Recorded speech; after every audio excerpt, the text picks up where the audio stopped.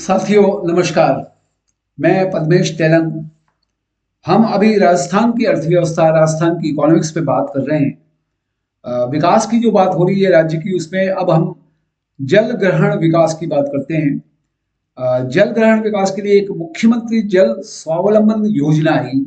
मुख्यमंत्री जल स्वावलंबन जो योजना में दो चरण चले। पहले चरण में 2015 से 18 तक चला, और द्वितीय चरण जो है वो वर्ष अभी 2024-25 करेंट ईयर, इसमें मुख्यमंत्री जल स्वावलंबन योजना चल रही है। इसमें लक्ष्य रखा गया है कि अगले 4 वर्षों में 349 पंचायत समितियों के 20,000 गांवों में जल संग्रहण और संरक्षण काम किए जाए। जल बह जाता है, अनुपयोगी हो जाता है, उसका संग्रहण करें और संरक्षण का काम करें। एक योजना आई, प्रधानमंत्री कृषि सिंचाई योजना। प्रधानमंत्री कृषि सिंचाई योजना, जिसको वाटरशेड घटक 2.0 कहते हैं, इसका भी द्वितीय चरण चल रहा है। अप्रैल 2022 से 2026 ये चरण चल रहा है। भारत सरकार की योजना है और इसका लक्ष्य भी है हर खेत को पानी मिले, और राजस्थान में ये स्कीम भी काम कर रही है। एक विकसित भारत संकल्प यात्रा। विकसित भारत संकल्प यात्रा में एक राष्ट्रव्यापी अभियान है कि हमारा संकल्प हो गया विकसित भारत बने। इसका प्रारंभ गत वर्ष 16 दिसंबर 2023 से किया गया, और 2023 से लेकर 16 दिसंबर 2023 से 26 जनवरी 2024 तक का इसका पीरियड रखा गया। इसका भी उद्देश्य था कि पूरे देश में भारत सरकार की योजनाओं के प्रति लोगों की जागरूकता को बढ़ावा दिया जाए। मैं औद्योगिक विकास की बात करूं, इंडस्ट्रियल डेवलपमेंट राजस्थान में क्या हुआ। राजस्थान में इंडस्ट्रीज का क्या सीन है, ये सीन आपको बताएं कि यहाँ जो औद्योगिक विकास हो रहा है उसका जो वृद्धि दर की बात करें तो जो स्थिर मूल्य है, स्थिर मूल्य मतलब 2011-12 का जो हमने बेस बनाया, उस समय जो मूल्य चल रहे थे वस्तुओं और सेवाओं के जुड़कर, उसमें हमारी वृद्धि राजस्थान की 12.43% हुई है 2011-12 के आधार वर्ष की तुलना में। और जो प्रचलित मूल्य है, जो बाजार मूल्य चल रहा है प्रेजेंट, उसके हिसाब से वृद्धि दर 15.06% औद्योगिक विकास की दर हुई है। दोनों ही फिगर कम है, 12.43 स्थिर मूल्य पर भी और प्रचलित मूल्य पर 15.606% भी। इसका मतलब ये हुआ कि राजस्थान में औद्योगिक विकास का अभी बहुत स्कोप और भी है। एक होता है औद्योगिक उत्पादन सूचकांक इंडेक्स। जैसा हमने कहा कि कुछ सूचकांक इंडेक्स पैमाना कुछ बनाए जाते हैं आंकड़ों के हिसाब से, उससे पता पड़ता है कि हमारा कितना उद्योग विकास हो रहा है। उसमें ये सूचकांक है, इंडेक्स है औद्योगिक उत्पादन सूचकांक IIP।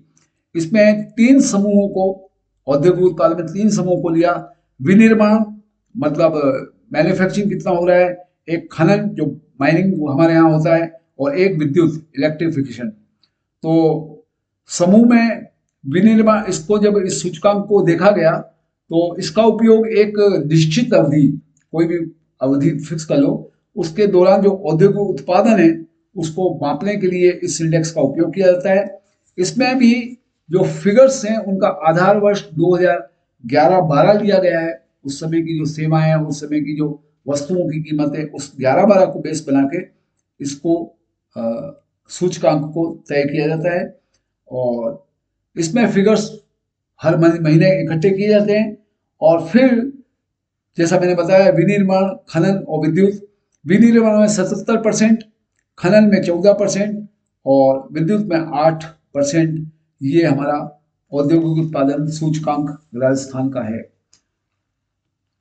एक शब्द है MSME। MSME का मतलब ये है सूक्ष्म, लघु और मध्यम उद्योग। इसकी नई परिभाषा 1 जुलाई 2020 तक तय हुई कि किसको हम लघु कहेंगे, किसको सूक्ष्म कहेंगे, किसको मध्यम उद्योग कहेंगे। तो जिसमें निवेश, ऐसे उद्योग जिसमें इन्वेस्टमेंट निवेश हुआ है, 1 करोड़ का हुआ है तो उसको सूक्ष्म उद्योग कहेंगे। 10 करोड़ तक का हुआ है तो फिर लघु उद्योग कहलाएंगे, और 10 के ऊपर अगर 50 करोड़ तक हुआ है तो उसको मध्यम कहेंगे। तो ये निवेश के हिसाब से था।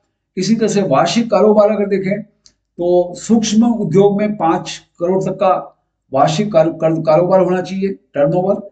लघु उद्योग में 50 करोड़ तक का टर्नओवर, 5 करोड़ के ऊपर 50 करोड़ तक का, और फिर 50 करोड़ से ऊपर जो है 250 करोड़ तक का, उसको मध्यम उद्योग कहते हैं, कारोबार के बिजनेस के हिसाब से, टर्नओवर के हिसाब से। इन एमएसएमई को कुछ बढ़ावा दिया जाए कि सूक्ष्म उद्योग, लघु उद्योग, मध्यम उद्योग बढ़े, उसके लिए एक स्कीम आई, मुख्यमंत्री लघु उद्योग प्रोत्साहन योजना। इसका उद्योग ये था, उद्देश्य था कि उद्यम, ये तीनों प्रकार के उद्यम बढ़े, और इसलिए उसमें 10 करोड़ तक का हम ऋण दें, सरकार दे, अनुदान दे। ये इस तरह की कुछ स्कीम इसमें आई। सूक्ष्म और लघु मध्यम उद्यम नीति, इंडस्ट्रियल पॉलिसी भी आई 2022 की, 17 सितंबर 2022 को। ये कुछ हमने एमएसएमई के लिए राजस्थान में काम हुआ है। निर्यात की बात करूं मैं, एक्सपोर्ट, देश के बाहर जो मालों का एक्सपोर्ट होता है, उसमें राजस्थान का भी योगदान है। विशेष तौर पर इंजीनियरिंग वस्तुएं, जवाहरात और आभूषण, धातु, कपड़ा और हस्तशिल्प वस्तुओं का जो निर्यात होता है भारत की ओर से, उसमें राजस्थान का भी प्रतिशत का योगदान जो है वो कभी कभी 65% से भी ज्यादा योगदान राजस्थान का है। राजस्थान से अगर कुल निर्यात की बात करूं तो जो वर्ष 23-24 गुजरा है, उसमें निर्यात राजस्थान ने 83,704.24 करोड़, 83,704 करोड़ का निर्यात राजस्थान से हुआ है। इसमें अधिकतम वस्तुएं जो गई वो इंजीनियरिंग वस्तुएं गई हैं निर्यात के लिए। निर्यात को बढ़ावा मिले, उससे विदेशी मुद्रा मिलती है, इसलिए राजस्थान ने कुछ पहल की। एक पहल हुई है, मिशन निर्यातक बनो। मिशन निर्यातक बनो की प्रारंभ हुई स्कीम 29 जुलाई 2021 को। रिको जो संस्था है हमारी और उद्योग विभाग है राजस्थान सरकार का, इन्होंने मिलकर इस स्कीम को लागू किया, और इसका दूसरा चरण चल रहा है कि मिशन निर्यातक बनो। इसी तरह से एक जिला एक उत्पाद की स्कीम है, एक डिस्ट्रिक्ट पे एक प्रोडक्शन हो, एक कमोडिटी विशेष का। इसका उद्देश्य ये था कि प्रत्येक जिले से निर्यात की जो कैपेसिटी वाली चीजें हैं, वस्तु हैं और या सेवाएं हैं, उनको हम आइडेंटिफाई करें, पहचान करें, और फिर उन्हें बढ़ावा दें, एक जिले के लिए एक उत्पाद को चुनकर। तो राज्य के समस्त जिलों में जो कलेक्टर हैं, उनकी अध्यक्षता में DEPC, जिला स्तरीय निर्यात संवर्धन समितियां इसके लिए बनाई गई हैं। तो एक जिला एक उत्पाद के अंतर्गत जो चिन्हित वस्तुएं हैं, हर जिले के लिए एक वस्तु का चिन्हित किया है। अजमेर की बात करूं तो जैसे अजमेर में ग्रेनाइट और मार्बल है, उसके स्लेब्स, टाइल्स और सामग्री हो। बांसवाड़ा के लिए ग्रेनाइट और मार्बल, स्लेब और टाइल्स से, सिंथेटिक यार्न है और फैब्रिक है। मतलब जिस जिले में जिस चीज की बहुतायत है, उसमें निर्यात के लिए कमोडिटी को फिक्स किया गया और एक जिला एक उत्पाद इसको नाम दिया गया। भीलवाड़ा में जैसे वस्त्र को तय किया गया, बालोतरा में वस्त्र को तय किया गया। इसी तरह से बहुत सारे अलग अलग जिलों का है। बूंदी में चावल होता है, चावल को तय किया। बीकानेर में बीकानेर नमकीन, ऊनी कारपेट, यार्न, सिरेमिक। चलिए इसके बाद हम उद्योग एवं वाणिज्य विभाग की बात करें। उद्योग और वाणिज्य विभाग भी राजस्थान में जो काम करता है। उद्योग विभाग की स्थापना 1949 में हुई थी और उसका नाम बदल दिया गया उद्योग और वाणिज्य विभाग। पहले खाली नाम था उद्योग विभाग, अब उस विभाग का नाम रख दिया गया उद्योग एवं वाणिज्य विभाग 19 अगस्त 2019 से। और ये उद्यमी जो लोग हैं, इंडस्ट्रियलिस्ट हैं, उनकी सुविधा के लिए ये बना हुआ है। इसमें जिला उद्योग केंद्र काम करते हैं और फिर उसके उपकेंद्र काम करते हैं। ये सरकार पे दो स्तर पर इसमें कोई विवाद होते हैं, कुछ होते हैं, तो उसके लिए फिर दो स्तर पर दो बॉडी और स्थापित की गई। राज्य स्तर पर अध्यक्षता मुख्य सचिव करते हैं कोई भी औद्योगिक विवाद को तय करने के लिए, और जिला स्तर पर अध्यक्षता जिला कलेक्टर करते हैं। तो इसकी कुछ उपलब्धियां जो हुई उद्योग विभाग की, उद्योग एवं वाणिज्य विभाग की, उसमें कुछ उसकी गतिविधि बताऊं। प्रधानमंत्री रोजगार सृजन कार्यक्रम प्रधानमंत्री रोजगार सृजन कार्यक्रम ग्रामीण और क्षेत्रीय शहरी क्षेत्रों में औद्योगिक सेवा और वाणिज्य की गतिविधि को बढ़ाने के लिए केंद्र सरकार कुछ अनुदान देती है इस स्कीम के तहत। एक स्कीम और है मुख्यमंत्री लघु वाणिज्यिक वाहन स्वरोजगार योजना, 11 अक्टूबर 2022 से शुरू हुई। इसमें जो 18 से 45 साल के लोग हैं उनको 15 लाख रुपए तक की वाणिज्यिक वाहन, कॉमर्शियल जो व्हीकल्स हैं उनकी खरीद के लिए 10% या फिर 60,000 मैक्सिमम की सब्सिडी देने का प्रावधान किया गया है कि आप हैवी व्हीकल वाणिज्यिक वाहन भी खरीदें। एक स्कीम आई राजस्थान की, डॉक्टर भीमराव अंबेडकर राजस्थान दलित जनजाति उद्यम प्रोत्साहन योजना 2011। इस स्कीम को 8 सितंबर 2022 में लागू की गई। पुरानी कुछ स्कीमें थी उनको रिवाइज करके, इसका भी उद्देश्य था कि जो गैर कृषि क्षेत्र हैं, नॉन एग्रीकल्चर, उनमें इंडस्ट्रीज उद्यम के लिए अनुसूचित जाति और जनजाति के वर्ग को ऋण और ब्याज अनुदान दिया जाए। एक योजना की और चर्चा करें, राजस्थान की मुख्यमंत्री युवा उद्यम प्रोत्साहन योजना। ये 19 मई 2023 से लॉन्च की गई है, अभी 2 साल भर पहले, और इसकी अवधि जो है इसको 31 जुलाई 2024 तक बढ़ाया गया। इसमें भी पात्रता ये है कि 18 से 35 वर्ष के लोग और न्यूनतम जो ग्रेजुएट हैं उनको नए उद्यम लगाने के लिए, इंडस्ट्री लगाने के लिए जो ऋण है उस ऋण पर ब्याज अनुदान दिया जाए, इंटरेस्ट पे सब्सिडी दी जाए। मुख्यमंत्री युवा उद्यम प्रोत्साहन योजना एक बड़ी मशहूर स्कीम है राजस्थान में इंडस्ट्रीज को डेवलप करने की। रिप्स RIPS, इसका नाम है राजस्थान निवेश प्रोत्साहन योजना, कि यहाँ इन्वेस्ट करें लोग और नए उद्यम लगाएं। राजस्थान निवेश प्रोत्साहन योजना ये 2003 में लागू की गई थी, फिर कुछ रिवाइज करके 2010 में इसको लागू किया, फिर रिवाइज किया 2014, फिर 2019 और फिर अब 2022 से चल रही है, 7 अक्टूबर 2022 से। तो इसमें 2003 से ही रिप्स ने राजस्थान में नए उद्योग में इन्वेस्ट लोग करें उसके लिए योजना लाए।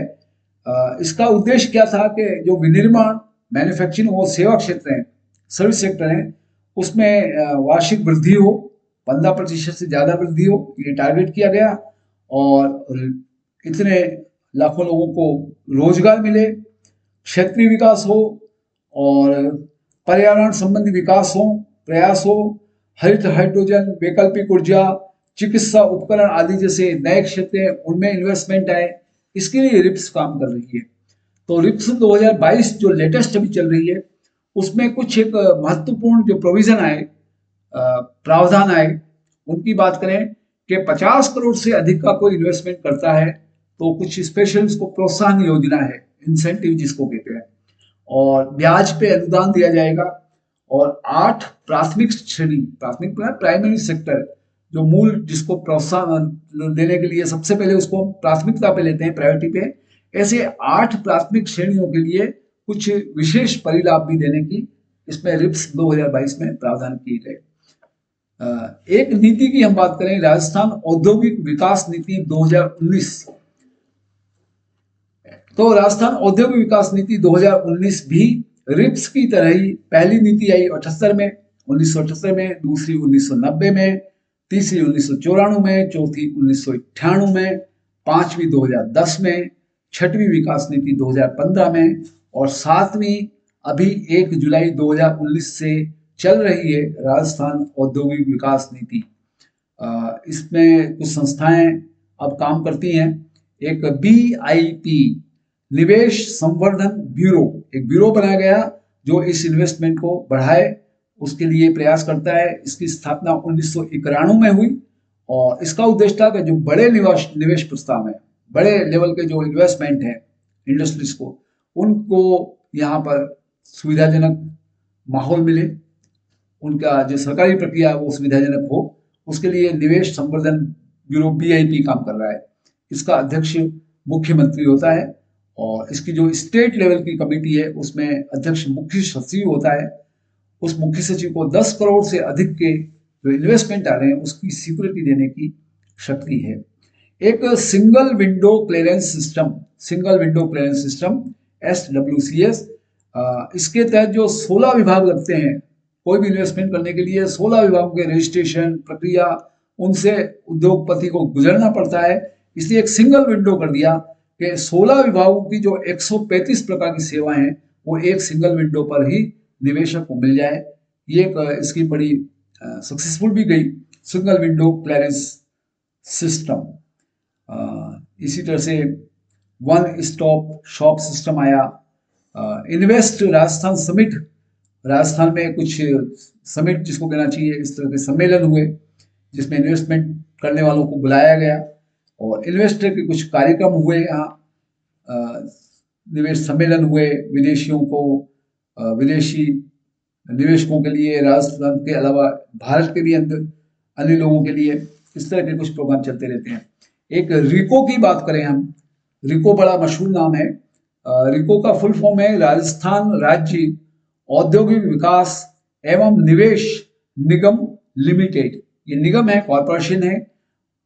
औद्योगिक विकास और निवेश दोनों विकास के लिए जो इन्वेस्टमेंट है उसके लिए रिको काम करता है। रिको 1980 से काम कर रहा है और राज्य में औद्योगिक विकास को बढ़ावा देने के लिए बड़ी महत्वपूर्ण संस्था है ये, जो वित्तीय सहायता देती है, तकनीकी और प्रबंधकी मैनेजरियल सहायता देती है और आधारभूत विकास जो है, बेसिक जो इंफ्रास्ट्रक्चर डेवलप करना है, फैक्ट्री लगाना है, शेड्स लगाना है, इस सब के विकास के लिए मदद करती है। इसी तरह से एक राजस्थान लघु उद्योग निगम लिमिटेड, राजसिको है, राजस्थान लघु उद्योग निगम लिमिटेड राजसिको 1961 से काम कर रहा है। ये हस्तशिल्प जो है उसको बढ़ावा देने के लिए है और लघु उद्योगों को ऋण सहायता देने के लिए है। राजस्थान वित्त निगम, ये भी एक बड़ी मशहूर संस्था है, RFC, राजस्थान वित्त निगम 1955 से काम कर रहा है और इसका उद्देश्य भी जो है MSME इकाई हैं, सूक्ष्म लघु और मध्यम इकाई हैं, उनको वित्तीय सहायता देना और उनके लिए नए उद्योग लगाएं, उसको राजस्थान वित्त निगम RFC सहायता देता है। कुछ गलियारा जिसको कहते हैं गलियारा कॉरिडोर बनाए गए, नाम उसका गलियारा है दिल्ली मुंबई औद्योगिक गलियारा। देखिए दिल्ली से लेकर बंबई तक का जो लंबा सफर है, लंबा रोड है, लंबी दूरी है, इसमें एक कॉरिडोर गलियारा जिसको कहते हैं वो बनाया गया। इसकी लंबाई 1504 किलोमीटर है और दादरी यूपी से शुरू होता है और JLN पोर्ट मुंबई तक खत्म होता है। ये जो कॉरिडोर बनाया गया है, सड़क मार्ग 4 लेन 6 लेन सारा सुविधाजनक, इसका कॉरिडोर का 15 से 4 किलोमीटर का 38% भाग राजस्थान से होकर गुजरता है। इसको वित्तीय सहायता इस कॉरिडोर को बनाने में जापान ने दी और चूंकि इतनी बड़ी ट्रांसपोर्टेशन की और रोड की, इसकी गलियारे की फैसिलिटी में राजस्थान का भी बहुत बड़ा हिस्सा इसमें गुजरता है, तो राजस्थान में फिर औद्योगिक क्षेत्र डेवलप हुए, इन्वेस्टमेंट आया। जैसे अजमेर किशनगढ़ इसी रास्ते में है, खुशखेड़ा भिवाड़ी और नीमराना का जो रूट है इसी में शामिल होता है। और औद्योगिक क्षेत्र जयपुर दौसा का औद्योगिक क्षेत्र है, उधर राजसमंद भीलवाड़ा का औद्योगिक क्षेत्र है, जोधपुर पाली मारवाड़ का औद्योगिक क्षेत्र है। ये सब कहीं ना कहीं इस दिल्ली मुंबई औद्योगिक गलियारा, इस गलियारा से जुड़े, तो यहाँ निवेश उद्योग बढ़ा। एक संस्था की राजस्थान में और बात करें, खादी एवं ग्रामोद्योग KVI, खादी एवं ग्रामोद्योग बोर्ड एक है यहाँ पर। इसकी स्थापना 1955 से 1955 में बकायदा एक अधिनियम बना खादी और इसको ग्रामोद्योग को, जो गांव के उद्योग है उनको प्रोत्साहन देने के लिए 1955 में, देश की आज़ादी के 8 साल बाद ही। और ये भी यहाँ राजस्थान में काम कर रहा है। जो असंगठित क्षेत्र हैं, अनऑर्गेनाइज, उसमें रोजगार देवे, उसमें दस्तकार जो छोटे हैं, ग्रामीण अर्थव्यवस्था जो है गांवों की, और उसमें प्रशिक्षण केंद्र कुछ बनाए गए। तो खादी एवं ग्राम उद्योग छोटे छोटे गांवों के उद्योग के लिए KVI काम कर रहा है। इनमें ये प्रशिक्षण भी देते हैं, ट्रेनिंग, जिसके लिए पुष्कर में एक प्रशिक्षण केंद्र काम कर रहा है, मानसरोवर कॉम्प्लेक्स जयपुर में एक प्रशिक्षण केंद्र काम कर रहा है, माउंट आबू सिरोही में एक प्रशिक्षण केंद्र काम कर रहा है। मैं इसके बाद राजस्थान में खनन की बात करूंगा। माइनिंग का जो स्कोप है यहाँ, राजस्थान की जमीन, राजस्थान की धरती में खनन की प्रचुरता है, बहुलता है। तो उसको प्रोत्साहन देने के लिए राजस्थान राज्य खान एवं खनिज लिमिटेड RSMML, राजस्थान राज्य खान एवं खनिज लिमिटेड की स्थापना 1974 में की गई थी। जो यहाँ का जो औद्योगिक खनिज है उसका खनन हो और उसका विपणन हो, बिक्री वगैरह हो, उसमें हेल्प करता है ये RSMML।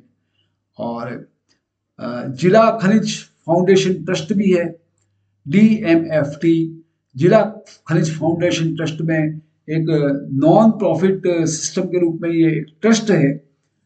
इसका भी काम ये है कि जो खनन से प्रभावित लोग हैं उन लोगों को और उनके क्षेत्रों की एरिया जो उनके हितों की रक्षा करे, ये ट्रस्ट काम कर रहा है। राजस्थान में खनन से संबंधित कुछ नीतियां बनी कि यहाँ खनन का जो स्कोप है उसके लिए नीति बनाई। एक नीति आई राजस्थान सिलिकोस नीति 3 अक्टूबर 2019 को। सिलिकोसिस का जहाँ खनन होता है उनके संबंधित नीति है। एक एम सैंड नीति, रेती से संबंधित नीति है, 2020 की है। एम सैंड जो खनिज निकलता है उसकी इकाई को उद्योग के रूप में प्रोत्साहित करना। श्रम की बात करूं, मैं लेबर की बात करूं राजस्थान में, तो लेबर में जो निर्माण श्रमिक हैं, मजदूर लोग हैं, उनके लिए बहुत सारी कुछ योजनाएं आई कि उनकी दुर्घटना हो जाती है, मृत्यु हो जाती है, अपंगता हो जाती है, उसके लिए कुछ योजना आई, जैसे शुभ शक्ति योजना। शुभ शक्ति योजना में क्या है, कुछ रजिस्टर्ड वयस्क लोगों को रजिस्टर्ड किया गया, उनकी जो अनमेरिड लड़कियां हैं उनको आत्मनिर्भर और सशक्त बनाने के लिए 55,000 रुपए की प्रोत्साहन राशि दी गई शुभ शक्ति योजना में। ऐसे ही सिलिकोसिस सहायता योजना, सिलिकोसिस के जो खनन क्षेत्र है उसमें मजदूर लोग बहुत पीड़ित हो जाते हैं, बीमार हो जाते हैं, उनको 3 लाख रुपए और मृत्यु होने पर आश्रित को 2 लाख रुपए, ये सिलिकोसिस सहायता योजना आई।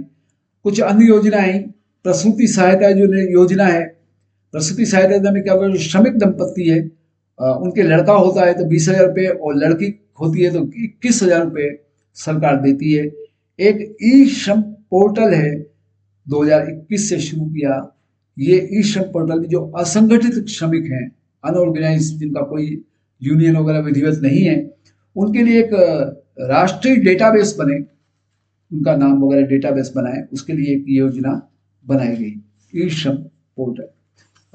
मैं रोजगार की बात करूं, राजस्थान में रोजगार का क्या सीन है, एम्प्लॉयमेंट का, उसकी बात करें हम, तो देखिए कि रोजगार के लिए एक रोजगार विभाग राजस्थान में काम करता है। उसकी कुछ योजना है, मुख्यमंत्री युवा संबल योजना, जो बेरोजगारी भत्ता योजना है, 2019 में शुरू की गई थी। और जो बेरोजगार है उनको बेरोजगारी भत्ता दिया जाए। तो कुछ तय हुआ कि पुरुषों को 4,000 रुपये प्रति माह देवें, सरकार देती है, और 4,000 प्रति माह महिलाओं को भी, और जो ना स्त्री है ना पुरुष हैं, ट्रांसजेंडर हैं, दिव्यांग हैं, विकलांग लोग हैं, उनको भी 4,000 रुपये प्रति माह, चूंकि वो बेरोजगार हैं इसलिए सरकार अधिकतम 2 वर्ष तक देवे, और फिर उनका प्रशिक्षण, इंटर्नशिप वगैरह इस स्कीम में उनको रोजगार दिलाने का प्रयास किया जाए। RSLDC द्वारा कुछ कार्यक्रम है, उसमें मुख्यमंत्री कौशल विकास योजना है, रोजगार आधारित जन कौशल विकास कार्यक्रम है, स्वरोजगार के आधारित कौशल शिक्षा अभियान है। इस तरह की कुछ योजनाएं मुख्यमंत्री कौशल विकास योजना के अंतर्गत काम कर रही हैं। एक चर्चा करूंगा मैं, जो मुख्यमंत्री युवा कौशल योजना, ये 7 नवंबर 2019 को लागू की गई, और इसका उद्देश्य था कि जो महाविद्यालय कॉलेजेस में हैं उनमें कौशल विकास, स्किल को डेवलप करना, और महाविद्यालय कॉलेज के छात्रों को सॉफ्ट स्किल और स्किल आधारित रोजगार प्रदान करें, फिर प्रशिक्षण दें, उसके बाद स्वरोजगार के अवसर को बढ़ावा दें। ये योजना युवाओं के लिए आई, मुख्यमंत्री युवा कौशल योजना, 7 नवंबर 2019 को। RSLDC ने केंद्र सरकार की भी कुछ जो वित्त पोषित योजना है, केंद्र सरकार जिसमें फाइनेंस कर रही है, उसकी योजनाओं को भी राजस्थान में लागू किया। केंद्र सरकार की एक आधी योजना की मैं चर्चा करता हूँ। दीनदयाल उपाध्याय ग्रामीण कौशल योजना, दीनदयाल उपाध्याय ग्रामीण कौशल योजना ग्रामीण विकास मंत्रालय भारत सरकार का एक नियोजन कार्यक्रम है। इसके अंतर्गत भी ग्रामीण युवाओं को प्रशिक्षण दिया जाता है। एक योजना केंद्र सरकार की ओर है भिक्षुक अभिविन्यास और पुनर्वास कार्यक्रम, भिक्षुक अभिविन्यास और पुनर्वास।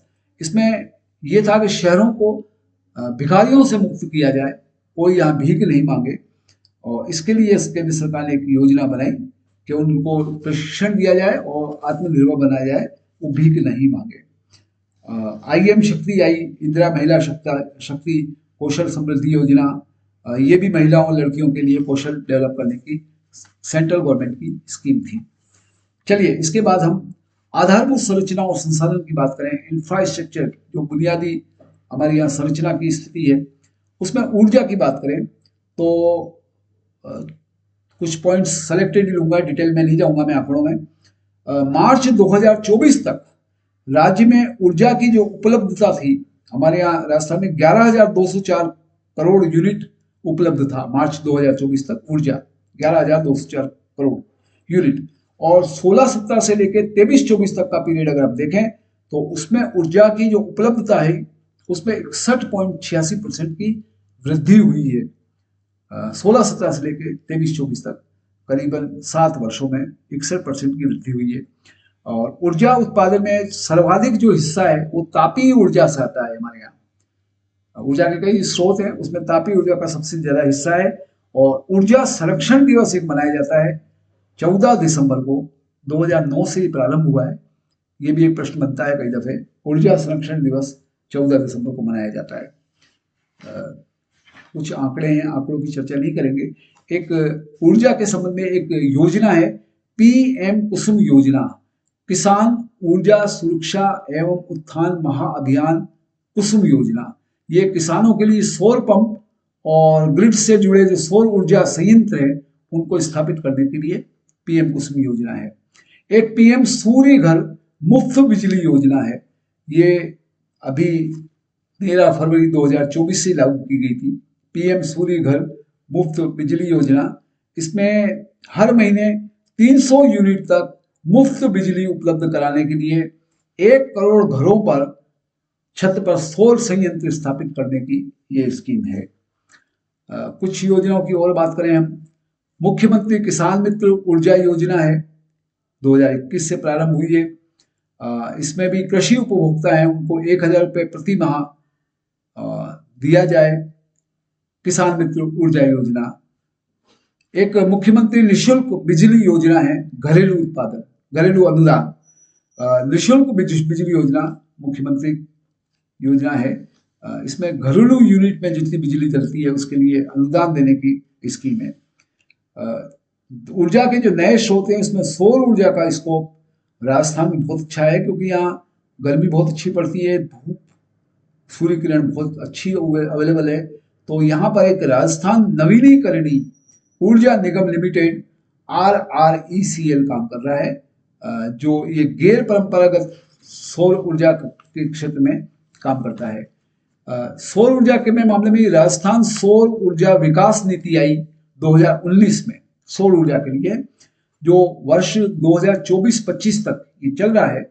इसमें ये टारगेट किया गया है कि 24-25 तक 30,000 मेगावाट और ऊर्जा 30,000 मेगावाट सौर ऊर्जा परियोजनाओं का हम लक्ष्य प्राप्त करें। ये टारगेट सौर ऊर्जा विकास नीति 2019 में रखा गया। एक है राजस्थान पवन और हाइब्रिड ऊर्जा नीति 2019, राजस्थान पवन एवं हाइब्रिड ऊर्जा नीति 2019। ये हरित ऊर्जा को सृजित करने के लिए राजस्थान में लागू की गई 18 दिसंबर 2019 से। इसमें पवन और हाइब्रिड ऊर्जा है उसका विकास किया जाए। एक नीति और बड़ी मशहूर है राजस्थान की, राजस्थान अक्षय ऊर्जा नीति 2023। अभी 1.5 साल पुरानी स्कीम है ये। राजस्थान अक्षय ऊर्जा नीति 2023 का प्रारंभ 6 अक्टूबर 2023 को हुआ और इसका लक्ष्य था कि 2029-30 तक, अगले वर्ष जो आ रहे हैं 29-30 तक 90 गीगावाट अक्षय ऊर्जा परियोजनाओं को स्थापित किया जाए। इसमें हाइड्रोजन नीति है, राजस्थान इलेक्ट्रिक वाहन नीति है, ये कुछ नीतियां इसमें अक्षय ऊर्जा नीति में आती हैं। पवन ऊर्जा का भी राजस्थान में बड़ा अच्छा स्कोप है। पवन ऊर्जा में आप देखिए कि जो पवन ऊर्जा संयंत्र लगे हुए हैं, अमर सागर है जैसलमेर में है, आकल है जैसलमेर में है, देवगढ़ के स्थान है, प्रतापगढ़ है, यहाँ पवन ऊर्जा हो रही है। फलौदी जोधपुर में है। ये कुछ जगह पवन ऊर्जा उत्पादक के सोर्सेज जो हैं, संयंत्र लगाए गए हैं। बायोमास ऊर्जा, जो पेड़ पौधे और जानवर मर जाते हैं उनसे जो बायोमास ऊर्जा बनती है, उसके साथ ही विशेष तौर पर सरसों की भूसी और जूली फ्लोरा, इनसे जो बायोमास बन सकता है, उसके लिए भी एक ऊर्जा नीति बनाई गई अभी 29 सितंबर 2023 को। इसके बाद मैं ट्रांसपोर्टेशन की बात करूं, परिवहन की, तो परिवहन में राजस्थान में जो सड़कों की स्थिति है, 1949 में देश की आज़ादी के बाद सड़क निर्माण 13,000 उस समय 553 किलोमीटर था, और अब आते आते मार्च 23 तक 3,01,810 किलोमीटर हो गया है। मतलब 1949 से लेके 23 तक 13,000 से शुरू हुए 3,01,000 किलोमीटर तक का सड़क निर्माण राजस्थान में हो गया है। तो यहाँ पर गांव की सड़कें हैं, जिला की सड़कें हैं, राज्य राजमार्ग हैं और राष्ट्रीय राजमार्ग भी हैं, नेशनल हाईवे भी हैं। परिवहन और संचार जो है, रेलवे भी की सीन बताएं। यहाँ रेलवे की कुल लंबाई मार्च 2022 तक 6,046 किलोमीटर है, और मोटर वाहन जो यहाँ पंजीकृत किए गए वो 23-24 में 15,74,956 मोटर वाहन यहाँ पंजीकृत किए गए, रजिस्टर्ड हुए। पोस्ट ऑफिस जो है, संचार की बात कर रहे हैं, राजस्थान राज्य में कुल पोस्ट ऑफिस जो हैं वो 11,049 संख्या में काम कर रहे हैं। 11,049 पोस्ट ऑफिस राजस्थान में है। राजस्थान में सेवा क्षेत्र जो है, सर्विस सेक्टर है ना, सर्विस सेक्टर, और उसके मुद्दे की हम बात करें, सेवा क्षेत्र में क्या क्या आता है, जैसे होटल है, जलपान गृह हैं, रेस्टोरेंट हैं, होटल हैं, स्टोरेज हैं, संचार है, वित्तीय है, बीमा है, संपदा है। ये जो सेवाएं आती हैं जिसमें गुड्स सीधे सीधे इन्वॉल्व नहीं है, सर्विस सेक्टर है। इस सर्विस सेक्टर में राजस्थान का सीन ये है कि हम लोगों ने राजस्थान में वृद्धि दर जो है सेवा क्षेत्र में, वो स्थिर मूल्य 2011-12 के आधार पर देखें तो 6.37% क्या वृद्धि दर है, और रनिंग जो प्रचलित मूल्य हैं उन पर सेवा सेक्टर में राजस्थान का जो वृद्धि दर है वो 11.26% है। इसको अभी भी इसमें बहुत है। तो इसमें पर्यटन आता है, जैसे पर्यटन में कैलेंडर वर्ष 2023 गुजरा, उसमें राजस्थान में कुल 1807.52 लाख 1807.52 लैक्स पर्यटक आए। पर्यटन को बढ़ावा देने के लिए राज्य ने कुछ प्रयास किए हैं। तो जैसे जैसलमेर में एक मरु महोत्सव होता है, उसमें राजस्थान फूड फेस्टिवल का आयोजन होता है, विदेशी पर्यटक आते हैं। जयपुर में 2023 जुलाई में राजस्थान डोमेस्टिक ट्रेवल मार्ट का आयोजन किया गया था, 14 से 16 जुलाई 2023 तक। ये भी पर्यटकों को आकर्षित करने की स्कीम थी। और जयपुर में 26 फरवरी 2024, गत वर्ष, अभी 2024 में 26 फरवरी में Indian responsible tourism state summit and awards का आयोजन किया गया था। और प्रधानमंत्री द्वारा सांवरिया सेठ मंदिर में लेजर वाटर शो का उद्घाटन किया गया। केशोराय पाटन बूंदी और करणी माता मंदिर जो देशनों के बीकानेर के पास, उसमें पर्यटन विकास कार्यों का शिलान्यास भी 7 मार्च 2024 को अभी गत वर्ष किया गया है। राजस्थान फिल्म पर्यटन नीति भी एक बनी 2022 की, उसकी शुरुआत 18 अप्रैल 2022 से हुई ताकि यहाँ फिल्में बने, शूटिंग हो। राजस्थान की एक पर्यटन नीति है, राजस्थान पर्यटन नीति 2020। उसका विजन भी ये है कि पर्यटकों को आकर्षित किया जाए और पर्यटन से आय बढ़ाई जाए। पर्यटन विभाग की कुछ योजनाएं हैं जिसमें वरिष्ठ नागरिक तीर्थ यात्रा योजना है कि राज्य के जो सीनियर सिटीजन हैं उनको देश के विभिन्न धार्मिक स्थलों की मुफ्त यात्रा कराई जाए, जैसे ट्रेन से रामेश्वरम, जगन्नाथपुरी, वैष्णो देवी, शिरडी वगैरह, और हवाई मार्ग से भी यात्रा कराने की सरकार की मुफ्त की योजना है सीनियर सिटीजन को। तो उससे हवाई यात्रा करा के उनको पशुपतिनाथ, काठमांडू, नेपाल में भी दर्शन तीर्थ कराए जाए। एक मोक्ष कलश योजना, मोक्ष कलश योजना में जो लोग मर जाते हैं तो उसमें परिवार के 2 सदस्यों को एक अस्थि कलश के साथ गंगा नदी में उस अस्थि कलश को विसर्जन करने के लिए हरिद्वार तक के निःशुल्क यात्रा की सुविधा राजस्थान सरकार ने दी है। एक राजस्थान सरकार की और योजना है सिंधु दर्शन योजना, ये पर्यटन विभाग की योजना है। सिंधु दर्शन योजना में क्या होता है, सिंधु दर्शन तीर्थ स्थल जो है लद्दाख, उसकी यात्रा पर जाने वाले राजस्थान के निवासियों को उनका जो कुल खर्चा है उसका करीबन 50% या अधिकतम 10,000 रुपये तक की वित्तीय सहायता राजस्थान सरकार देती है। राजस्थान में वित्तीय सेवाएं भी काम कर रही हैं। बैंकिंग, जैसे बैंकिंग की बात करें तो 1 मार्च 24 की अगर हम बात करें तो राजस्थान की जितनी जनसंख्या है 1 मार्च 24 को, उसमें राजस्थान में औसतन 9,694 व्यक्तियों पर एक बैंक शाखा है जो उनकी वित्तीय जरूरतों की पूर्ति करती है। 9,694 पर औसतन एक बैंक शाखा है। और मार्च 2023 की तुलना में जब मार्च 2024 में वृद्धि देखें तो बैंकों में जो जमा राशि है, डिपॉजिट, उसमें 13.40% की वृद्धि राजस्थान में हुई। और बैंकों ने जो ऋण वितरण किए, लोन दिए, उसमें राजस्थान में मार्च 23 की तुलना में मार्च 24 तक की जो वृद्धि हुई वो 18.82% ऋण का वृद्धि हुई है। ये बैंकों का कुछ काम था।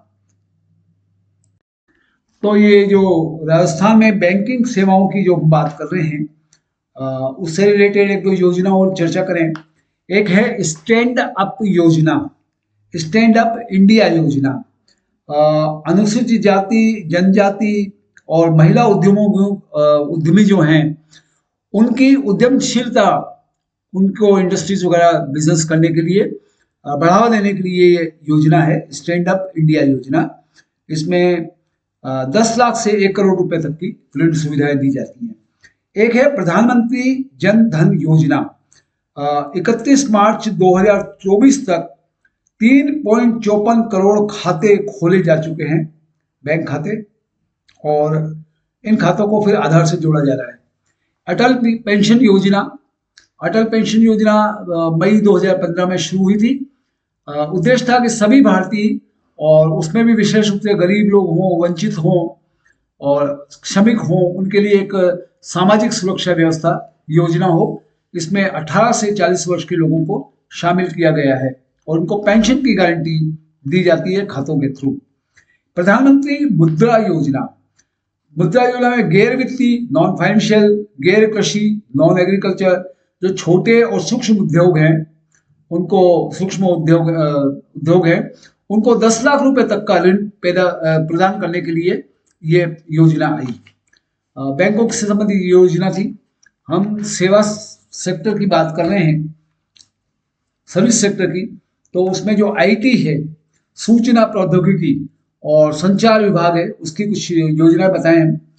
जन सूचना पोर्टल, जितनी सरकारी सेवाएं हैं और योजनाएं हैं उनकी जानकारी एक ही जगह पर उपलब्ध कराता है ये। एक यूआईडी आधार यूआईडी आधार कार्ड में क्या होता है, भारत सरकार की ये योजना थी जिसमें सारे ही नागरिकों को 12 अंकों की एक संख्या प्रदान की जाती है जिसको आधार कार्ड संख्या हम कहते हैं। और ये एक विशिष्ट पहचान संख्या है आपकी, पूरे देश में एक नागरिक की एक संख्या। इसमें सभी सेवाएं, बैंकों वगैरह इत्यादि में इस आधार कार्ड को पहचान के रूप में भी मान्यता मिल चुकी है। राज्य में, राजस्थान राज्य में 8 करोड़ आधार आईडी बनाई जा चुकी हैं।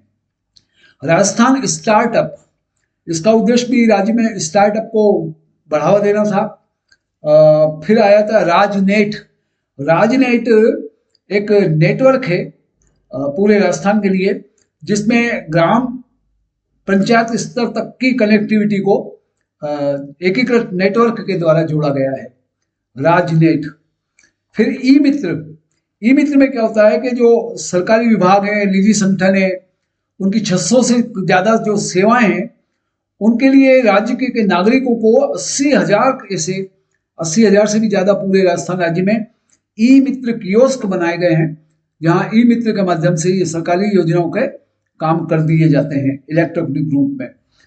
इसी तरह से राज पेमेंट है, राज ई साइन है। एक फाइबर टू होम की ओर चर्चा करेंगे। बीएसएनएल के साथ एक समझौता हुआ, बीएसएनएल उसके साथ समझौता हुआ और उसके अनुसार ग्रामीण सरकारी कार्यालय, स्कूल, अस्पताल, कॉलेज, प्रत्येक पंचायत भवन उसमें 5G कनेक्शन स्थापित करने की प्लानिंग है, ये फाइबर टू होम।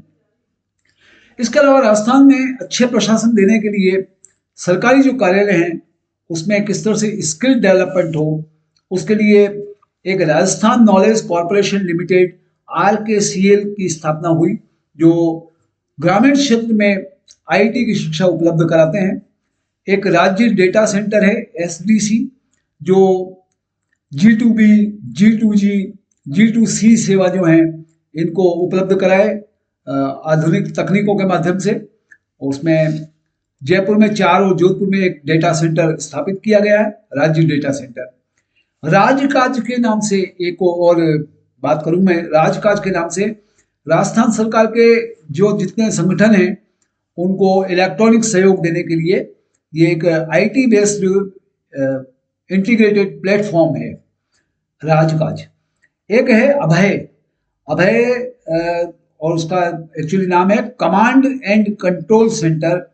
ये जो इंटीग्रेटेड एक जगह पर कई सारी सॉल्यूशंस हैं, समाधान है, उनके लिए GPS और CCTV कैमरा के आधार पर सुरक्षा दी जाए। 7 संभागीय मुख्यालयों में और 26 जिलों में इसके लिए कमांड और कंट्रोल सेंटर स्थापित किए गए हैं वीडियो निगरानी प्रणाली के लिए। तो ये कुछ संचार सेवाओं की बात हुई। राजस्थान जन आधार योजना एक है। जन आधार योजना का प्रारंभ 18 दिसंबर 2019 को हुआ था और उसका उद्देश्य था कि जो सामाजिक आर्थिक जानकारी के आधार पर प्रत्येक परिवार को एक नंबर, एक कार्ड, एक पहचान, एक परिवार का एक कार्ड होगा, एक पहचान होगी, उसके लिए एक नंबर देके जन आधार योजना का कार्ड दिया गया और उसका एक डेटाबेस तैयार हुआ। साइंस एंड टेक्नोलॉजी में विज्ञान और प्रौद्योगिकी विभाग DST राजस्थान सरकार में काम कर रहा है। राष्ट्रीय विज्ञान दिवस 28 फरवरी को मनाया जाता है। विज्ञान के प्रति जागरूकता के लिए ये दिन याद रखिए, राष्ट्रीय विज्ञान दिवस 28 फरवरी को है। ये DST जो है विज्ञान और प्रौद्योगिकी विभाग, ये बहुत सारा नॉलेज एगुमेंटेशन का, सूचना केंद्र का इसका काम करता है। एक राजस्थान फाउंडेशन है। राजस्थान फाउंडेशन भी राज्य के विकास की जो गतिविधियां हैं और उसमें जो प्रवासी समुदाय है उन लोगों को संपर्क करने के लिए राजस्थान फाउंडेशन है। तो ये सारी जो चीज़ें हमने बताई राजस्थान की विकास कार्यों से संबंधित। मैं राजस्थान में शहरी विकास की बात करूं तो शहरी विकासों में क्या है कि जो शहरीकरण हो रहा है राजस्थान का, गांव उखड़ते जा रहे हैं, शहर बदलते जा रहे हैं। तो भारत की कुल जनसंख्या में शहरी जनसंख्या की हिस्सेदारी 1961 में 17.97% से बढ़कर 2011 में 31.14% हो गई। ये भारत की पोजीशन है कुल शहरी जनसंख्या की। और राजस्थान में जो कुल जनसंख्या थी उसमें शहरी जनसंख्या की जो हिस्सेदारी थी 1961 में 16.28% से बढ़ी और 2011 में आके 24.87% हो गई है। तो राजस्थान में अगर शहरी जनसंख्या की बात करूं तो कुल जनसंख्या 2011 में लाखों में बात करूं 170 लाख थी 2011 में कुल जनसंख्या, और 2021 में जो अनुमानित है बढ़ोतरी वो होकर 209 हो जाएगी। राजस्थान की कुल जनसंख्या करोड़ में बात करें, अभी तक तो प्रतिशत में बात की, तो कुल जनसंख्या करोड़ में है। जो 2011 की जनगणना हुई उसमें कुल 6.85 करोड़ राजस्थान की जनसंख्या है। पुरुष 3.55 करोड़ हैं और महिला 3.30 करोड़ हैं। ऐसे ही जेंडर जो अनुपात है, लिंगानुपात 2011 की जनसंख्या में प्रति 1000 पुरुष पर 914 महिलाएं हैं राजस्थान में, और जिसमें ग्रामीण क्षेत्र में 2011 की इस जनसंख्या में 1000 पुरुषों पर 933 महिलाएं हैं ग्रामीण में, और शहरी क्षेत्र में 914 है। ग्रामीण क्षेत्रों में महिलाओं का प्रतिशत थोड़ा सा ज़्यादा है, 933, और शहर में 914। न्यूनतम शहरी लिंगानुपात, जिसमें लिंग अनुपात न्यूनतम है, वो जैसलमेर है। सर्वाधिक शहरी लिंगानुपात टोंक में है, और बाल लिंगानुपात जो बच्चे पैदा हो रहे हैं उसमें बालक और बालिकाओं का लिंग अनुपात जो है वो 0 से 6 वर्ष का गिना गया। उसमें न्यूनतम बाल लिंगानुपात वाला जिला धौलपुर है, और सर्वाधिक बाल लिंगानुपात वाला जिला नागौर है। इसी तरह से साक्षरता दर की बात करें तो साक्षरता दर में 2011 में 66.11% है। 1961 से जब 2011 तक हमने वृद्धि देखी तो ये 60.40% बढ़ी, और 2011 में आते आते 66.11% साक्षरता दर रही है हमारे यहाँ। जनसंख्या के संदर्भ में देखें तो जयपुर में 30.46 लाख आबादी के साथ राजस्थान का ये सबसे बड़ा शहर है, और इसके बाद जोधपुर शहर है, फिर कोटा है, और फिर बीकानेर है। बांसवाड़ा 1.01 लाख 1.01 लाख सबसे कम आबादी वाला शहर है। सर्वाधिक शहरी क्षेत्र साक्षरता सर्वाधिक शहरी साक्षरता है उदयपुर में। न्यूनतम शहरी साक्षरता है नागौर जिले में। जनसंख्या की दृष्टि से राजस्थान का सबसे बड़ा शहर जयपुर है। राजस्थान का सर्वाधिक शहरी क्षेत्र जिला कोटा है, और राजस्थान में न्यूनतम शहरीकृत जिला डूंगरपुर है। ये शहर की स्थिति थी। इसके अलावा राजस्थान में जो प्रवासन पलायन होता है, गांवों से शहर लोग जा रहे हैं, उसमें भी बढ़ोतरी ही हो रही है। ज़्यादा आंकड़ों में हम नहीं जाएंगे।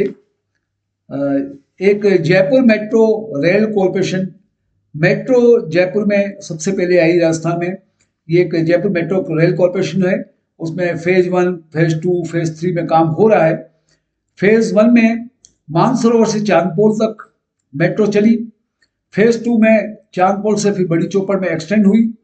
फेज 3 में बड़ी चौपड़ से ट्रांसपोर्ट नगर, और फिर फेज 1D में मानसरोवर से 200 फीट बाईपास अजमेर तक का प्लान है। फेज 1 में, फेज 2 में सीतापुरा से अम्बावाड़ी का भी प्लान है। अभी मेट्रो मानसरोवर से चलती है, अंदर शहर में, परकोटा के अंदर क्षेत्र में बड़ी चौपड़ इत्यादि तक जाती है। रेरा रियल एस्टेट विनियामक प्राधिकरण, रियल एस्टेट विनियामक प्राधिकरण रेरा है। रेरा का उद्देश्य ये है कि जो भवन खरीदते हैं, फ्लैट्स खरीदते हैं, उनके प्रमोटर जो हैं, परचेजर जो हैं, रियल एस्टेट के ये एजेंट हैं, उनकी हितों की रक्षा करने के लिए एक ट्रांसपेरेंट सिस्टम डाले जाए, उसके लिए रेरा बनी। राजस्थान आवासन मंडल RHB, इसकी स्थापना 1970 में हुई थी 24 फरवरी को, और ये एक स्वायत्त शासी इंडिपेंडेंट मंडल है। और इसका भी उद्देश्य ये है कि मुख्यतः से आर्थिक रूप से जो कमजोर वर्ग हैं उनको किफ़ायती आवास बना के दिलाना। और राजस्थान आवासन मंडल ने कुछ नए काम किए हैं। एक कोचिंग हब प्रतापनगर जयपुर में बनी है। इसके अंतर्गत सेंट्रलाइज पुस्तकालय, साइबर लैब, मनोरंजन केंद्र, gym, health club, food court, restaurant और कुछ छात्रावास कोचिंग हब प्रतापनगर जयपुर में। एक सिटी पार्क का विकास RHB ने किया है, हाउसिंग बोर्ड ने, आवासन मंडल ने। सिटी पार्क का विकास मानसरोवर जयपुर में किया गया है। ये एशिया की सबसे बड़ी आवासीय योजना के रूप में सिटी पार्क विकसित करने की योजना है। एक CM जन आवास योजना है, जिसमें प्रत्येक लाभार्थी को 15 लाख रुपए की राशि प्रदान की जाएगी।